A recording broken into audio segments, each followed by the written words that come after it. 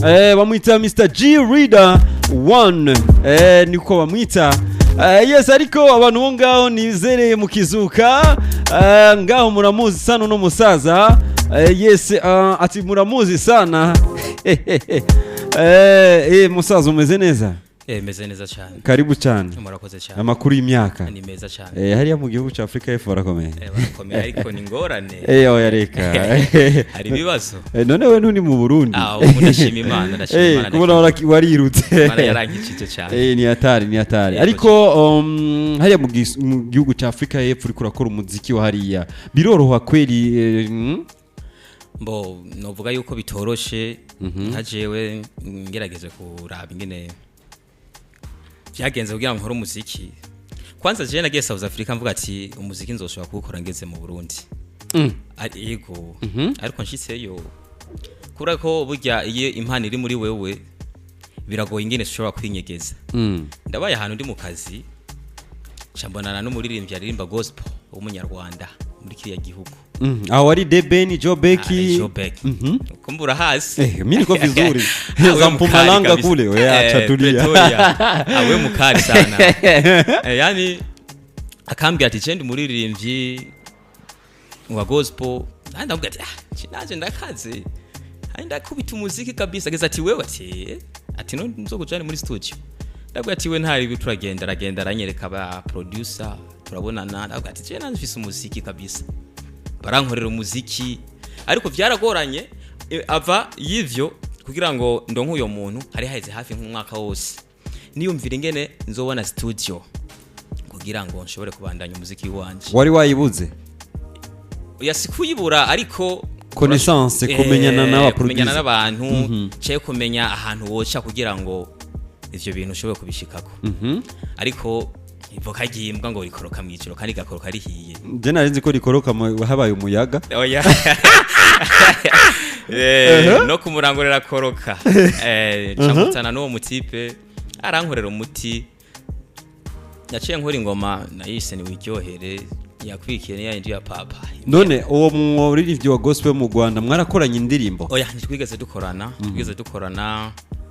Ariko twari dufitaniye umushinga yuko dushobora gukorana igikorwa cangira ikibazo cy'ubugwayi cabirangira tumeze nk'abatandukana canda navayo cabirangira tutakoranye ico gikorwa. Ariko n'ubu turi ko nigite nawe mu gihe uwo mugambi twobandanya cyo kuko twashobora kugikora nta ngorane nimwe. Ico gihe wari yumvamo impwe mu yera yo kuririmba indirimbo y'Imana neza ko tuzi ko wewe utwika sana hip hop na afro pop byose urutwika. None wari wumvamo impwe mu yera nari capable yo kubikora. Narayumvamo kuko nubwo nkora music je ndasenga. Jewe ndasenga kabisa. Yego.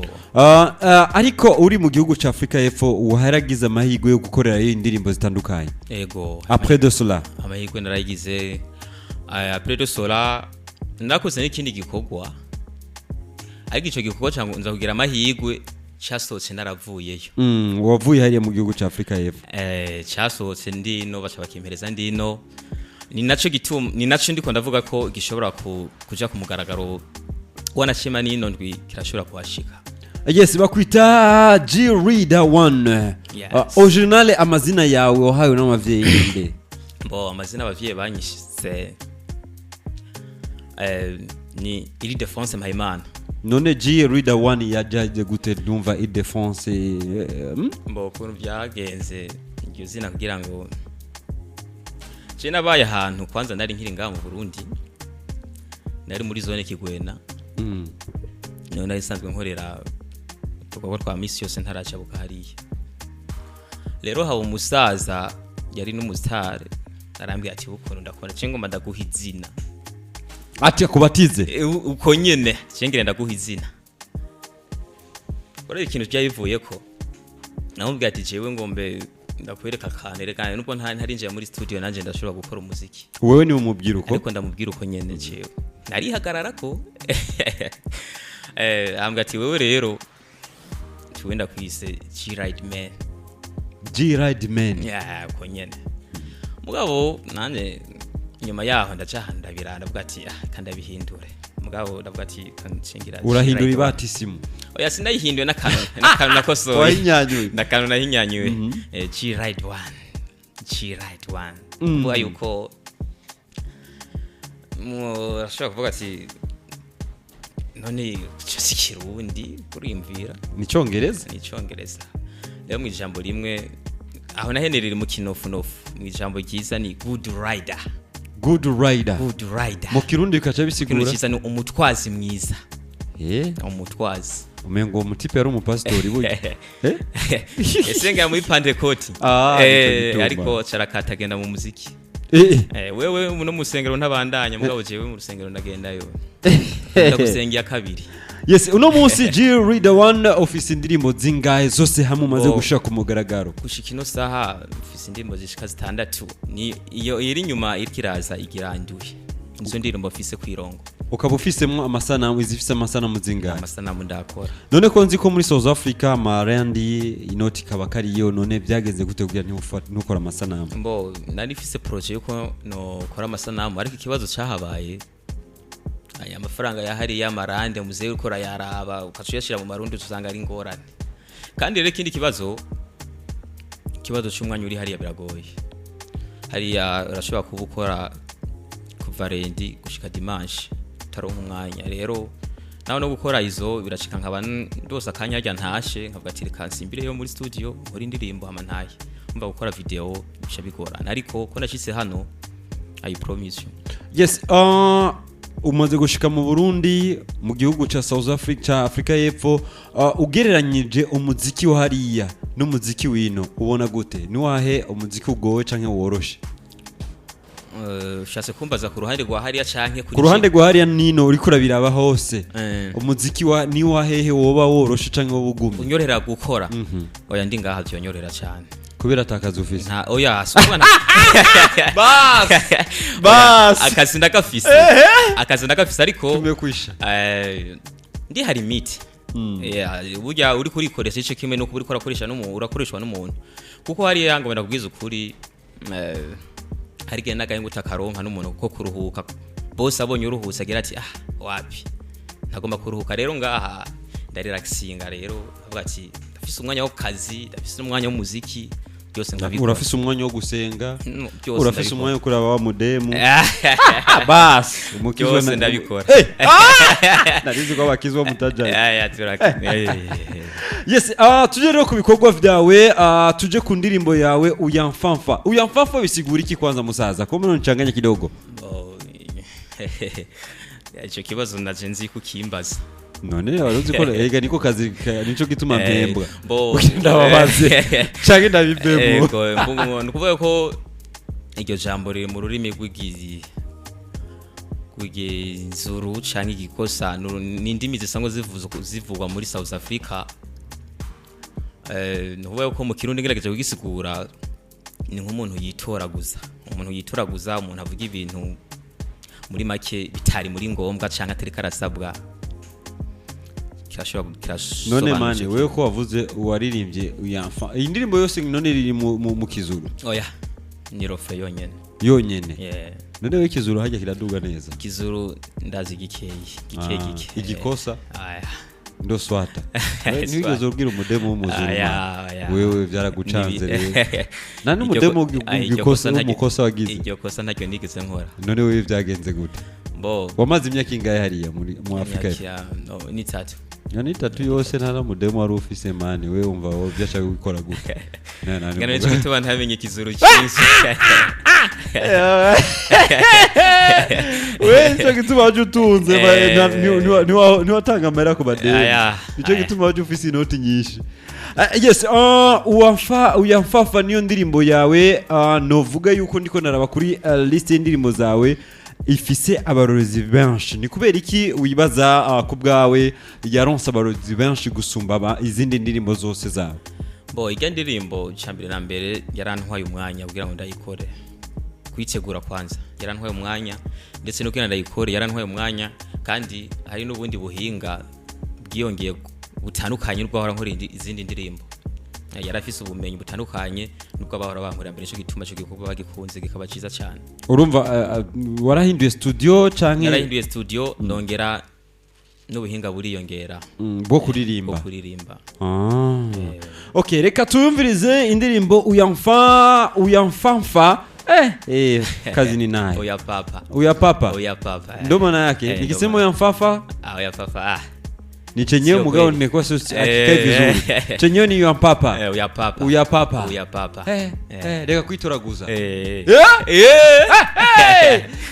umwaka nitajua lugha nzamenye uvangaho mbwingine nzora kudrago mudemu urakunda bademu amwe ngo rafise none niyongeye wa kabiri ari ngora oya ivyo leta nivyeme bas uya papa écoutez wa papa anakuambia Mr. G Reader 1 bana tuvibinge gato tupe kapela kwanza kavukavu tumve yuko ni Mr. G Reader yairirimbye twende kazi Wananitarau kwa sababu mie sina kitu, niko masikini, ndo maana wananichukia kwa sababu sina pesa nyingi za kuwafurahisha. Acheni mimi niko napambana maisha, bali najua kesho mimi nitawakoma. Hizi biti zangu ni namba moja kwenu,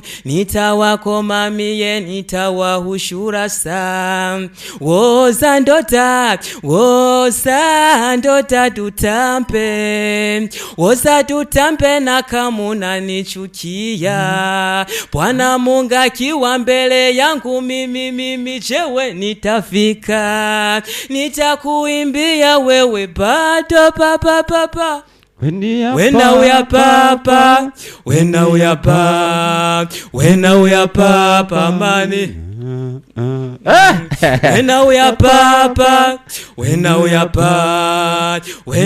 papa, money. We are papa. Uya papa, when we are papa, money. Mani, none kumenga muri no ndirimbo waririmbye igiswahili sana. Wewe igiswahili kiravugika fresh. Bo, igiswahili. Hauna mix unaiunga. Unaibaiba.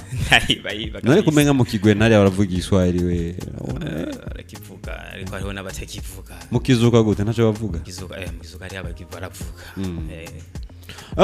Okay. Yes, no musaza ni Mr. G Reader 1, ushaka kumwita G Reader 1. Usanzwe uvuga ngaho mukizuka nyene none. Boya. Arahabaye ndanahakura ariko jewe. Mavuka yiwanje naho bita ku Rutwenzi muri commune ya Kera ya Burambi. Naho bita ku Rutwenzi. Naho navukiye. None ubu baheje juste. Nubu niho ndi. Ari nyene niho nkorera uburimo bwa misi yose bw'iwanje ariko uti rero igihugu ca Africa y'Epfo aragihevye ntuzosubirayo sinzogerayo inoti warayizanye mani zose none ubona ko ariko arabirukana cyane ntavyo mubona ariko arabirukana South Africa noma. Yes, tuje rero ku gikorwa cyawe gishasha ugiye kuzashira ku mugaragaro vuba. Uti no ndirimbo wayikoze ukiri mu gihugu cya Afrika y'Epfo sivyo? Ariko umuhinyanyuzi ayiheza wewe ugeze mu gihugu cy'u Burundi. Ni indirimbo ivuga ibiki kwanza tarayumviriza? Ni indirimbo y'amashari, bafisa amashari abantu. None uya papa none kumenga nayo nyene ni y'amashari nayo muri make ngiyango niyo ngwara mfise. Niyo ngwara mfise kenshi mistari nandika ibi irimo utuntu canke hari abantu bagukorera nabi nico gituma ugomba uvuga ati yacibe bakabute n'ubwenge bw'iwanje nico gituma nta ndirimbo ni murigera uririmba y'urukundo irahari imwe gusa mu ndirimbo zitandatu izindi zose ni z'ubuzima yego cyane ariko inyuma yizi ndusha ndabangere nkega ndi mu rukundo kugira ngo Jina nzi ko wambiye ngo South Africa wari usanzwe atamukunzi. Aha apana hari South Africa. Wari wamusizino. Waranka kumuci ntava bimenya. Abari bibica. Sawa. Yes, reka tumviriza indirimbo nshasha igiye kuzashigwa ku mugaragaro. Mugabo duhe kwanza kipande kidogo. Duhe gatoya kwanza kiyo ndirimbo ku vibinge wenyene kwanza tuyumva abantu mumve avaye ko tuyumviriza.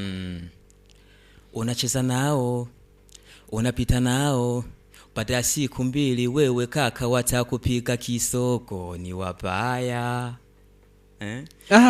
Sasa ingorane je niko nibaza ni kukunda kuririmba igiswahili sana gusumba ikirundi kandi nazi hari iburambi hari nta baswahili bariyo ariko je nagiye ndiba kibera ko kwishuri nagiye ndiba gikeke kwishuri kubera ko weka twaracika rero ntabara nagakiye gasigara mu mutwe rero iyo urukora ko indirimba ariko yamanye we ndazi gihe wiga kwishuri nta giswahili gira atangure kuyiga naragushura gato waracumva nyine abantu babana mu giswahili bakarakivuga nawe ukagenda gusa mugumva rero urumva ura proud yo kuvuga Kiswahili sana hasa umeishi South Africa na wanani na Tanzania wa Kongo minajua basi zinakosa kujua wa Kenya nilikuwa nakaa nao tukazungumuza abavuga bande abagenzi inshuti n'abantu muri rusange harimo na wa mudemu wawe hariho na papa wawe na mama wawe n'abakuru bawe sindo hivyo sabanu none birashoboka none urusiri yuko ujya musheri wawe hajya gufitiye ishari musheri wanjye none sumuza abantu nta mashara mfitiye urusiri none ko ega nabajije n'indirimbo kumenga abantu bafise amashari wavuze abantu rero muri abo bantu rero hariyo umusheri wawe nico gitubona none umusheri wawe aragufitiye ishari mama wawe papa wawe baragufitiye ishari bakuru cimbere nta nabakuru banje nta bakuru banje bise waputse umwe turi babiri gusa none niumva ni uri mukuru undi no gukurikira uko vizuri urumva amatongo yose nizo tuchitwara basi ku matongo ni ryamuze ntabwo ari kwanje ndacari ryamuze mamanyura basi gato yavuga uzorabe nico gituma bavyita ibisigima uti rero bafise amashari ino ndirimbo waririmbye ufatiye kuki iyo ndirimbo mpamvu ndayise bafise amashari jewe hari ibintu byinshi nagiye mpura navyo kandi nkabikorerwa n'abantu banje ba hafi umugenzi canke abantu shobora kuba mwamuri kumwe buri gihe ariko wagira gusanga nibo bakuvuga nabi canke batagomba ko ari ikintu bashobora gukora cy'iterambere nagize ati abantu kweri bafise amashari ujya muntu wa hafi nakarero notanga kinegeze kuba mbana n'umuntu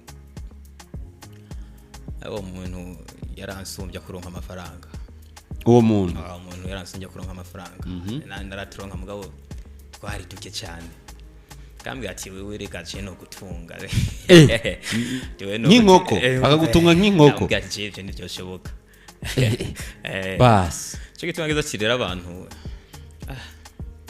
afisa amashari sana cyo gituma havuye nkora irya ndirimbo ino ndirimbo izosoka n'amasanamu canke izosoka ari audio amasanamu azosoka mu nyuma ukazoyishira ku mugaragaro ryari aya masanamu iyi ndirimbo audio iyi ndirimbo ndayihaye inondwe turiko inondwe turiko zo yagiye habo okay uri mu gisagara ca Rumonge muri kino gihe gute hari migambi yuko uzoshobora kumubona G Reader 1 muri mu biteramo na cyane gose ngiye kuzaboneka kuko ubu ndaha mu karere ndahari kabisa iburambe hariya ntizosubirayo mu mbeho bas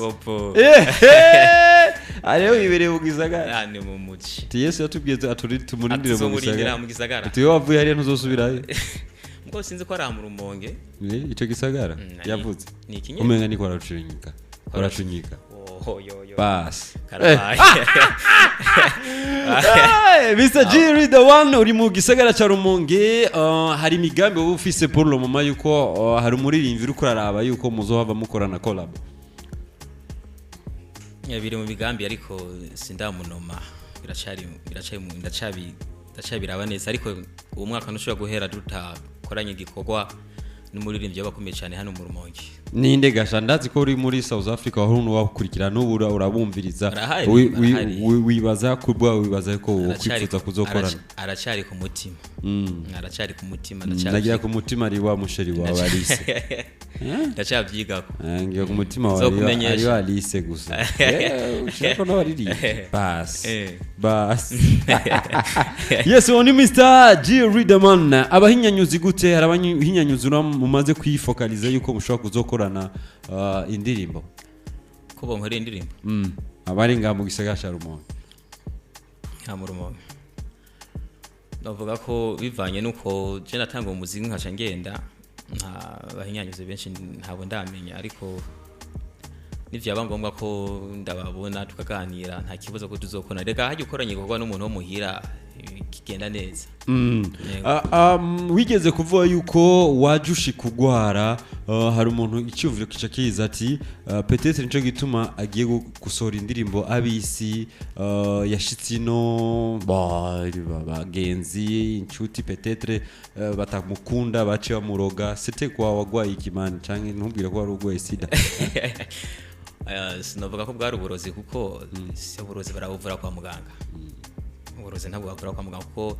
nashitse none muganga n'abajya bafumuza abaganga aya barafise ivyete bajya ni barumenye ntabwo bas uti rero kugwara kwawe siyo ntumbero y'iyo ndirimbo oya siyo ntumbero ariko nivyo nagiye ncamwo ndetse navyo vyatumye niyumvamo kwandika iyo ndirimbo yego okay sawa kabisa wa Mr G Riderman yes numutumire mu kiganiro cawe Hit Music wavyumvise yes twariko turanoganza vyinshi ku buzima ndetse ku bikorwa vyiwe ndetse ati vuba agiye kuzashaka ku mugaragaro indirimbo nshasha izo zayitwa gute mbe abana amashari ntibaguha isumu bujyanye birashoboka rega bashobora kwigwa ntubimenye ukayigendana aho rero urayifise nawe yawe ntayo yawe umukozi w'Imana nkawe ntayo nawe no bakozi b'Imana barasizwe amavuta sinumvise ngo vuga ngo uri mu kuririmba indirimbo impimbaza Imana ya gospel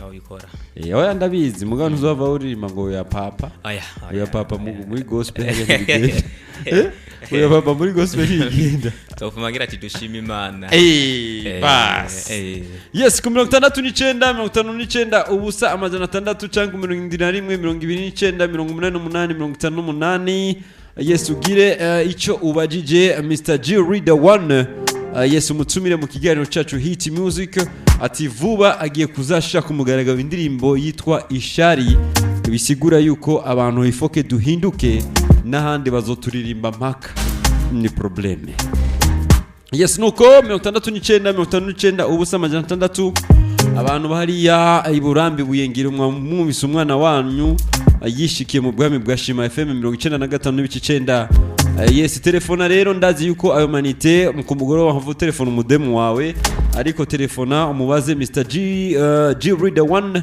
ku 68 telefone yanje iruguruye iyo wawe shaka uyugare nta na kimwe ariko telefone gusa ibintu bigende vy'amateka sana kabisa yes nuko kwa kwanya ukoresha umwanya kuko umwanya n'amafaranga yes twende sasa kazi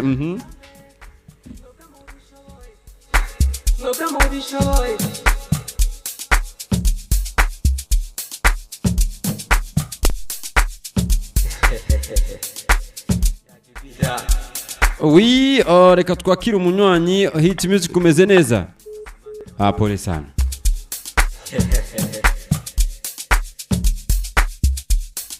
oui ni indirimbo Enjoy Your Life yo muri G Riderman Enjoy your life, life is short. Enjoy your life, life is short. Enjoy your life, life is short. Enjoy your life, life is short. Enjoy your life, life is short. Enjoy your life, life is short. Enjoy your life, life is short. Enjoy your life. Oui, Hit Music kumeze fresh. Awagi. Enjoy your life. Life is short. Enjoy your life. Life is short. Enjoy your life. Life is short. Oui, Hit Music kumeze neza. turashima. Karibu cyane musaza tuvugana nande? Bwana na Kaifa mu mbuga. Kaifa. Yego. Aho mu mbuga umeze neza? Basa mu mbuga turade akazuma kariko kararengera kagenda. Pole sana kabisa. Wamwumvise G Leader 1 umuramusanyi mu mubaze? Gute? Amahoro. Biraza. Turashima. Ego bandanya udukorera ibintu turumva byadushimisha ngaha. Ego. Bandanya imizuka. Murakoze cyane reka tubandanye tubahereza ibintu mudusaba. Ego. Murakoze.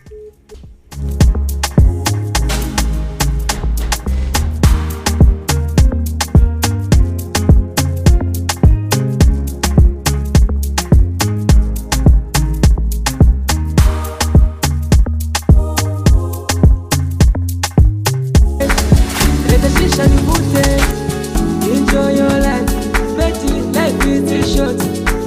Life is short. Let her be, let her be. Imuzani sopia, imumera wa chama na usisimbia turakutura.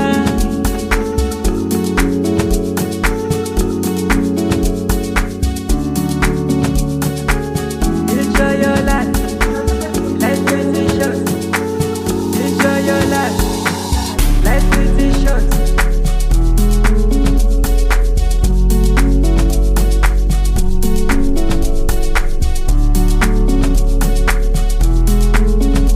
Yes, ndakwibutse yuko ushobora kudutelefona ku 69 ubusa amajana 6 ndetse no ku 68 eka no ku 71 Oui, hit music umeze neza.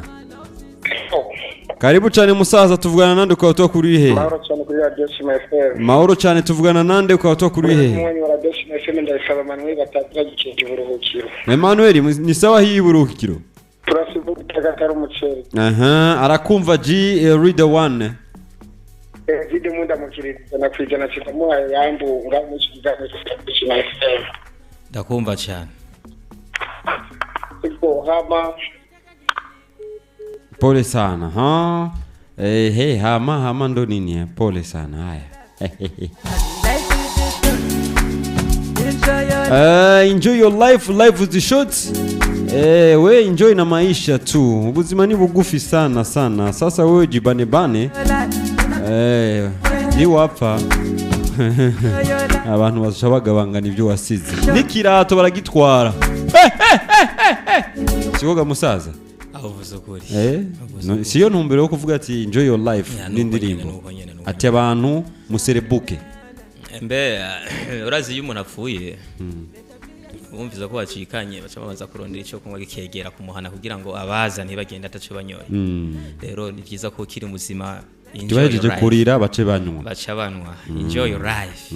When you still alive. Rero yageze yajya mahera wari kukubaha banywe wewe ucuyanywa utarapfa. Sindo maana yake. Sawa. Nuko rero sasa ugasigaza nyene ugasigaza yo bazokugwira mu isanduku. Ni hatari. Ni cyoroshe. Batakutwaye mu sanduku ari ico none. Bas. Gusa ntabyo womenya ariko abasigaye bavuga nakabamuhavye nabi. Uti rero ntumbero y'indirimbo wewe kwikora nuko hari ubuzima bwaragufata canke wabona yuko hakeneye ko uja muri kuserebuka kuenjoy sana. Bwaramfata ariko nkabona ko kujya kwigwera na vyene babikenewe. Navyene babikenewe ariko apana konona. Okay. Sawa. Yes, Mr. G Leader 1. Ni yahe migambi gushikushika ngaha mu gisaga cha Rumonge ufise mu mutwe kuvyerekeye ibikorwa vya vy'umuziki? Jewe migambi fise ni yo gukora umuziki atari ngaha mu Rumonge gusa. Zashika Bujumbura, kaduga Igitega, kaduga Ingozi ndetse ukanajabuka no hanze hamwe twumvira ko barahushurira mu Rwanda niyo migambi mfise. Izi ndirimbo zitandatu maze gushaka ku mugaragaro n'indirimbo yindwi iri kiraza.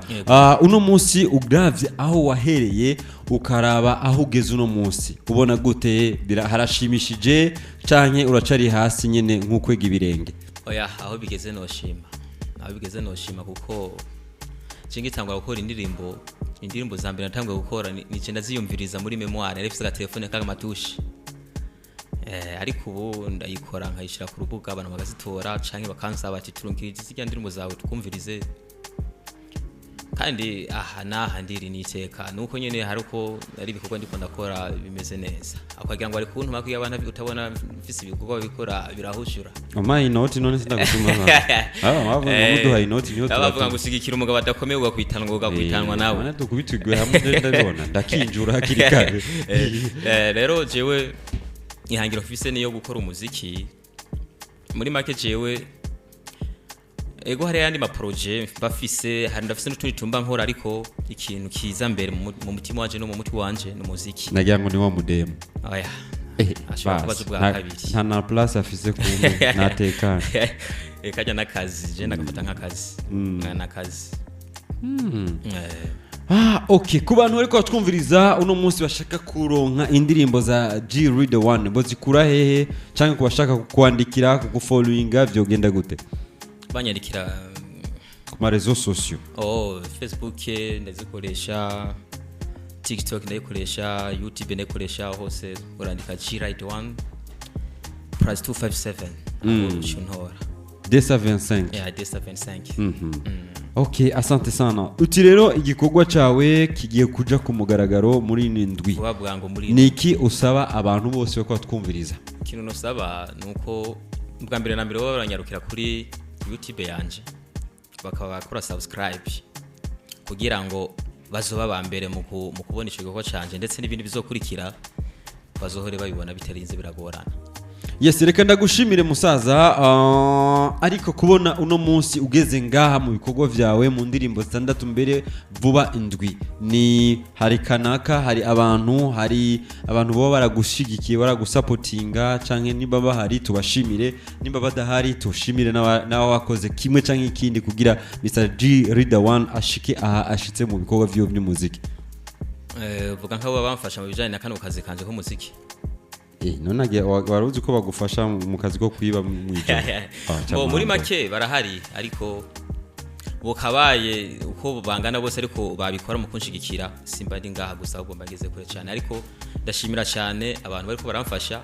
Ega umuntu arashobora kugufasha ataguhaye amafaranga ariko ukabona ndabizi ko ashobora kuguha ubugari indagara imboga kwa nini jewe umuntu afashije nubwo jewe posting indirimbo canke nkabona wagize share ku ndirimbo yanje ukayipostinga aho nukuri ndashima cyane uwo ahari hose yubahwe. Ari umuntu cyane mbere noshimira ndafise umuntu abantu bashika bangahe batatu.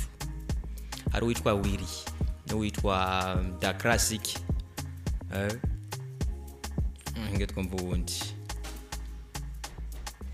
ndamwibagira ari abo bantu baramba hafi bakambwira ati ibikorwa byawe uri kurakora mwana ibikorwa byawe birasobanutse bakampa inguvu zo gukora bakampa inguvu nkumva ko nyene muri jewe nishigikiwe burya iyo ukora kuri ikintu kumva umuntu ariko aragusutena avuga ati iki kintu ni sawa cugira muvema cyo gituma nukuri aho bari hose nabandi bose bimvira kunshigikira ndetse nabandi baba banshigikira nkaba ntababona cyangwa nkaba ntabazi nukuri nabene ndabashimira cyane nongera mpamugarira nabandi bariko baranyumviriza ko bogerageza nabo bakanshigikira kugira ngo ibikorwa bitere bici imbere kugira ngo uzogaruke ngafise amasanamu wambadije kiga turafise amasanamu nta nimwe hajya wangoze uti imana ikorera mu bantu cyane shetani gakorera mu mpene naye nikorera mu bantu. Asante sana. Haya yes Mr G Reader 1 reka ndagushimire sana musaza kubona yes visite ya mbere wikorera muri Shima FM kiganiro Hit Music uvuye muri South Africa. Murakoze cyane. Hari yabarazanya ama real wazanye iki ubu yaraheze asigaye ko tujya amarundi yes asante sana reka ndagushimiye cyane musaza namwe murakoze cyane ndakwifurize gutera imbere mu bikorwa byawe by'umuziki nizereye ko niwasora iyo ndirimbo ngira tuzosubira guhura nga twumviriza ingene abantu bayakiriye yego murakoze cyane asante sana rero ugire umunsi mwiza namwe murakoze cyane